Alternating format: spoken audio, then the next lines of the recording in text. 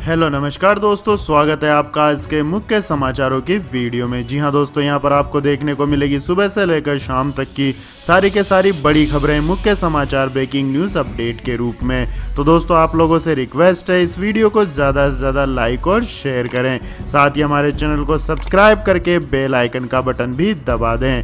तो दोस्तों, सीधे चलते हैं आज की पहली बड़ी खबर की ओर। 18 मई से आपके राज्य में भी बढ़ सकता है लॉकडाउन, 11 प्रदेश कर रहे हैं इसकी प्लानिंग। जी हां दोस्तों, देश में इस महामारी के मामले शुक्रवार को बढ़कर 81,970 हो गए हैं। साथ ही 2649 लोग इस महामारी से अपनी जान गंवा चुके हैं। इसके प्रसार को रोकने के लिए 17 मई तक लॉकडाउन लगाया हुआ है। ऐसी संभावना जताई जा रही है कि केंद्र सरकार की ओर से 18 मई से लॉकडाउन का चौथा चरण भी कुछ ढील के साथ लागू किया जा सकता है। पीएम नरेंद्र मोदी भी इसको लेकर इशारा कर चुके हैं। ऐसे में 11 राज्य 18 मई से इस लॉकडाउन को लेकर खास प्लान बना रहे हैं। इसमें व्यावसायिक गतिविधियों में कुछ छूट दी जा सकती है। इसके बाद दोस्तों जानते हैं अगली बड़ी खबर। महाराष्ट्र सरकार का संकट टला, उद्धव ठाकरे निर्विरोध चुने गए एमएलसी। जी हां दोस्तों, महाराष्ट्र के मुख्यमंत्री उद्धव ठाकरे और सत्तारूढ़ एवं विपक्षी दलों के 8 अन्य उम्मीदवारों को गुरुवार को राज्य विधान परिषद के लिए निर्विरोध निर्वाचित घोषित किया गया है। ये सभी उम्मीदवार विधान परिषद की उन 9 सीटों के लिए मैदान में थे जो 24 अप्रैल को खाली हुई थी और जिनके लिए चुनाव अगले गुरुवार को होने थे। 9 सदस्यों का कार्यकाल पूरा होने के बाद खाली हुई सीटों को भरने के लिए 4 मई को चुनाव प्रक्रिया शुरू हुई थी। शुरुआत में इस महामारी के कारण चुनाव प्रक्रिया स्थगित कर दी गई थी। आपकी जानकारी के लिए बता दें दोस्तों, 9 सीटों के लिए 14 उम्मीदवारों ने नामांकन पत्र दाखिल किए थे। इसमें से कागजों की छानबीन के दौरान एक उम्मीदवार का पर्चा खारिज हो गया। वहीं भाजपा के अजीत पोपचड़े तथा संदीप लेले, राकपा के किरण पासकर और शिवाजी राव गुर्जे ने 12 मई को नामांकन वापस ले लिया। इसके बाद 9 ही उम्मीदवार मैदान में बचे और सभी निर्विरोध चुने गए, जिनमें शिवसेना के उद्धव ठाकरे और नीलम गोरे भी शामिल हैं। इसके बाद दोस्तों जानते हैं अगली बड़ी खबर। किसानों की आमदनी दोगुनी करने के लिए सरकार करेगी 65 साल पुराने कानून में बदलाव। जी हां दोस्तों, किसानों की आय दोगुनी करने के लिए कंज्यूमर अफेयर मंत्रालय एसेंशियल कमोडिटी एक्ट में बदलाव करेगा। वित्त मंत्री ने बताया कि कृषि प्रतिस्पर्धा और निवेश बढ़ाने के लिए 1955 में जारी आवश्यक वस्तु अधिनियम में बदलाव किया जाएगा।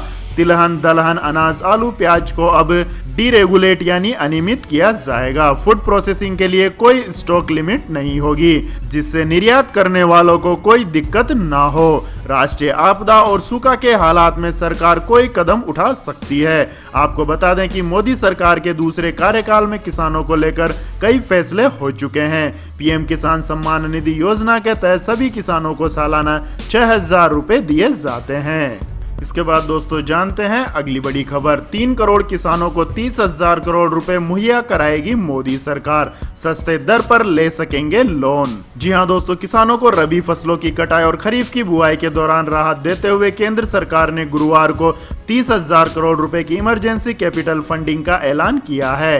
देश भर के किसानों को यह रकम नाबार्ड के जरिए मुहैया कराई जाएगी। इससे किसानों को फसलों के लिए लोन लेने में मदद मिल सकेगी। 20 लाख करोड़ रुपए के राहत पैकेज के दूसरे हिस्से के ऐलान के दौरान वित्त मंत्री निर्मला सीतारमण ने कहा कि यह फंडिंग नाबार्ड के जरिए नॉर्मल फाइनेंस के जरिए दिए जाने वाले 90,000 करोड़ रुपए से अलग होगी। इसके बाद दोस्तों जानते हैं अगली बड़ी खबर। वित्त मंत्री ने पशुपालन क्षेत्र को 15,000 करोड़ रुपए तो मत्स्य पालन क्षेत्र को दिए 20,000 करोड़ रुपए। जी हां दोस्तों, वित्त मंत्री निर्मला सीतारमण ने शुक्रवार को लगातार तीसरे दिन केंद्र सरकार की ओर से घोषित किए गए 20 लाख करोड़ रुपए के आर्थिक पैकेज के इस्तेमाल को लेकर जानकारी दी है। प्रेस कॉन्फ्रेंस में उन्होंने शुक्रवार को किसानों, कृषि क्षेत्र, डेयरी क्षेत्र, मत्स्य पालन, पशुपालन समेत इससे जुड़े सेक्टर्स के लिए सौगात दी है। प्रेस कॉन्फ्रेंस में उनके साथ वित्त राज्य मंत्री अनुराग ठाकुर भी मौजूद रहे।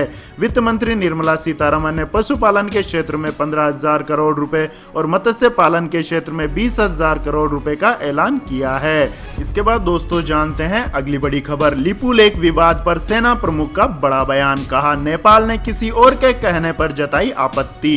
जी हां दोस्तों, भारतीय सेना प्रमुख ने परोक्ष रूप से चीनी भूमिका का संकेत देते हुए शुक्रवार को कहा है कि यह मानने के कारण है कि उत्तराखंड के लिपुलेख दर्रे तक भारत के सड़क बिछाने पर नेपाल किसी और के कहने पर आपत्ति जता रहा है।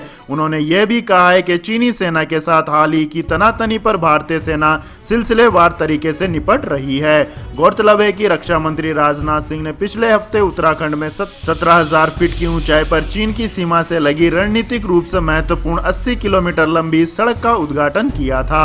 नेपाल ने शनिवार को सड़क के उद्घाटन पर आपत्ति जताते हुए कहा था कि एक तरफा कार्रवाई सीमा से जुड़े मुद्दों के समाधान के लिए दोनों देशों के बीच बनी सहमति के खिलाफ हैं। तो दोस्तों, क्या आप भी सेना प्रमुख की बातों से सहमत हैं? कमेंट करके अपनी राय दें। इसके बाद दोस्तों जानते हैं अगली बड़ी खबर। लेकिन दोस्तों, अगली खबर जानने से पहले आप लोगों से गुजारिश है, अगर आपको हमारा ये वीडियो पसंद आया है तो इसे लाइक करें, कमेंट करें और हमारे चैनल को सब्सक्राइब करें।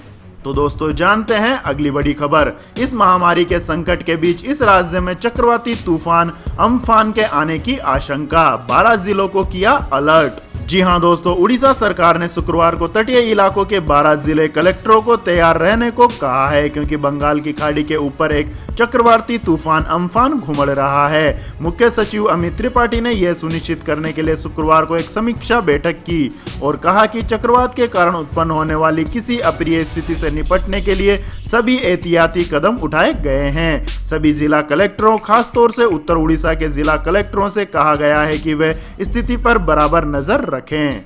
इसके बाद दोस्तों जानते हैं अगली बड़ी खबर। मजदूरों तक मुफ्त अनाज पहुंचाने की तैयारी में जुटी सरकार, आधार नंबर का किया जा सकता है इस्तेमाल। जी हां दोस्तों, इस महामारी से निपटने के लिए लॉकडाउन के बीच मजदूरों को 2 माह तक मुफ्त खाद्यान्न देने के ऐलान के साथ ही सरकार ने तैयारियां शुरू कर दी है। खाद्य मंत्रालय ने मजदूरों तक तत्काल सहायता पहुंचाने के लिए सभी राज्यों को 10% अतिरिक्त खाद्यान्न भी आवंटित कर दिया है। इस योजना को लागू करने की जिम्मेदारी राज्य सरकार पर डाली गई है।